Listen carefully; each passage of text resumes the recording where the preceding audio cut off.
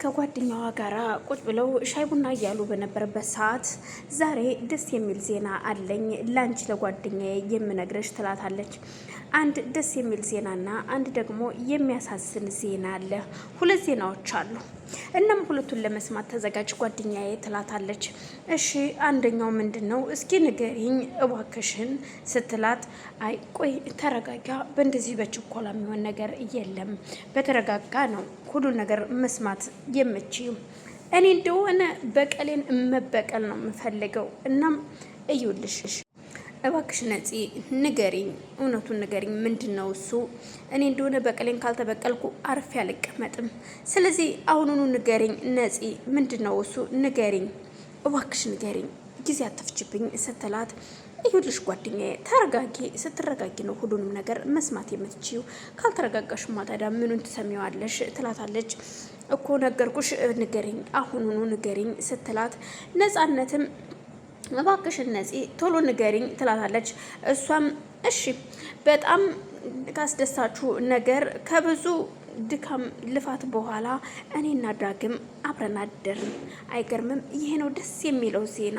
በቃ በህይወቴ የተደሰትኩበት ዜና ቢሆን ይሄ ነው ትላታለች። እንዴ ነፂ ምን ሆነሽ ነው? ስፌት አይደለሽ እንዴ? እንዴት አብረሽ አደርሽ? ስትላት ምንድነው? ቆይ ግን የእውነትሽን ነው? ግን እንደዚህ ያልሽ ነው? እኔ ግን አልገባኝም። ስፌትሽ እኮ አልዳነም። እንዴት?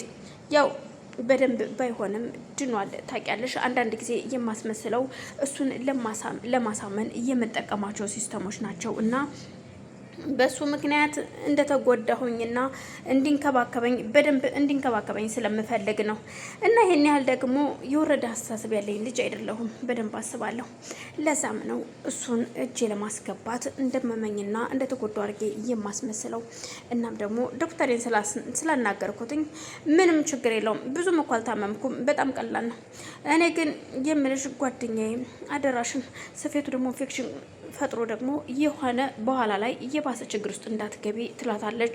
በፍጹም ጓደኛዬ አልገባም። እኔ እኮ በጣም ደህና ነኝ። የዚህን ያህል የተካበደ ህመም የለብኝም ታውቂያለሽ።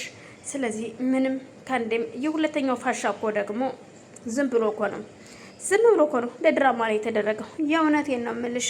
በእውነት ነፂ አንቺ ከኔ የባሽ ፈጣጣነሽ ስትላት፣ አዎ ይኸውልሽ ለኔ በጣም ይሄ ትልቁና አስደሳችሁ ዜናዬ ነው ትላታለች። እናም እሺ ደግሞ እስኪ ሁለተኛውን አስደንጋጭ ያልሽውን ዜና ንገሪኝ። ይኸውልሽ እንደውም ይሄም ለኔ አንደኛው ደስ የሚለው ዜናዬ ነው። ያው ላንቺ ደግሞ በጣም ትልቁ አስደንጋጭ ዜና ነው። ቆይ ላንቺ የሚያስደስት ለኔ የሚያስደነግጥ ምን አይነት ዜና ቢሆን ነው ይሄ ደግሞ ትላታለች። ያው እንግዲህ ይኸውልሽ ፍቅረኛ ተብዬሽ ማን ሊያገባ እንደሆነ አወኩኝ ትላታለች። ምን? ቆይ እንዴት ማለት ትላታለች። ቆይ ማናት እሷ? ቆይ ያቺ ምናልባት ትናንትና የገመትኳት ያቺ ኮተታም እንዳትሆን ስትል ትመልስላታለች። እባክሽን አይደለችም በይኝ ጓደኛዬ። ልክ ነሽ። አዎ እሷ ራሷ ናት። ልክ ነሽ። ወንዶች እኮ እኔ ከእሷ ምን እንዳዩ አላቅም፣ ከሷ ውጭ ሴት የለም ብለዋል። ምን እያደረጉ እንደሆነ አልገባኝ። ቆይ እኔማ በዛች የማትረባ ደነስ እንደቀየረኝ በምንም አላቅም። ግን ቆይ ለምንድን ነው ሁሉም ወንዶች እሷን የሚከተሏት? ለምንድን ነው? እኔ አላቅም። ሁሉም ወንዶች እሷን የሚከተሉት እኛን ትተው ወደ እሷ ነው። እሷም ደግሞ ካየቻቸው ወንዶች ጋር መንጠልጠል ነው ስትል ትመልስላታለች። ነጽዬ እውነቴን ነው ሙች እመኝኝ፣ እችን እየተረገመች እገላታለሁ፣ አንጠለጥላታለሁ። የእውነት ከሆነ ያን የተንጨባረረ ጸጉሯን ነጫጭቼ ነው የምጥላት። እውነቴን ነው ምልሽ ትላታለች። በቃ አሁን ወደ ቤት መሄድ አለብን። እሷ ጋር ሂደን ትንሽ ድብርታችንም አስለቅቀን መመለስ ይኖርብናል ትላታለች። ነፃነትም በጣም ጥሩ እሺ ትልና ይሄዳሉ። የዳግም እናት ደግሞ ያው እንድታገባት አይፈልጉም። ጽኑና ዳግም እንዲጋባ አትፈልግም። እናም ቆይ ግን እማዬ የት ሄደሽ ነው? ለምንድን ነው ቤቷ ሄደሽ እያደረግሽው የተናገርሻት ለምንድን ነው ይላታል።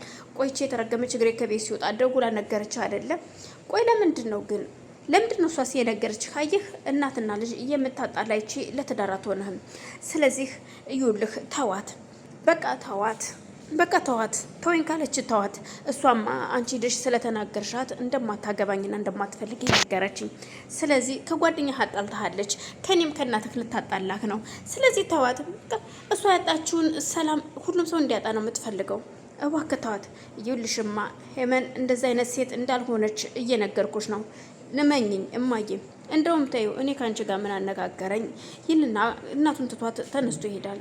የዳኒ እናትም ግራ ተጋብታ ቁጭ ብላ ዝም ብላ ከማየት ውጭ ሌላ ምንም ነገር የለም። እነነዚህም ኤመን ቤት ተነስተው ይሄዳሉ። እንዴ ኤመን ቁርስ አቅርባ እየበላች ልትበላ ቁጭ እያለች ነበረ። እናም ልክ እንደሄዱ እንዴ ተደነግጥና እንዴ ምን ልታረጉ እናንተ ደግሞ የመጣችሁት እዚህ ምንድን ነው ስትል ትመርሰል ይላችሁ እኔ ቤቴን አታበላሹብኝ እባካችሁ። እንዴ አንቺ እቺ መጽሐፍም ታነባለች እንዴ? ቆይ ኧረ እኔ እኮ ወንዶችን ታሳድድ ይመስለኝ ነበረ። ቆይ አንቺ እየተረገምሽ ምን እያደረግሻቸው ነው ወንዶቹ ወደ አንቺ ጋር የሚመጡት እኛን እየተውን? ለምንድን ነው ግን? ቆይ ስትል አንገቷን ታንቀታለች። ኤመንም እባክሽ አንገቴን ልቀቂኝ፣ ዘውር በይልኝ፣ እኔ ወንዶችን ምንም አላስነካቸውም፣ ምንም ያደረኳቸው ነገር የለም፣ እራሳቸው ፈልገው ነው የሚመጡት። ስለዚህ ቤት የለቃችሁ ውጡ ስትል ነፂም የምትበላውን ምግብ አንስታ ወደ ውስጥ ትወስዳታለች። እዩልሽ ስሚ፣ እኔ ዳግምን ስነጥቅሽ ከጓደኛው ጋር ሄደሽ ተንጠለጥሽ። ቆይ አንቺ ግን ምን ክብር የሌላት ሴት ነሽ? አንቺ የቡና ቤት ሴት ነሽ፣ ሁሉንም የምታተረማምሽ። እንደዛ አይደለም። አንቺ ገንዘብ ስለ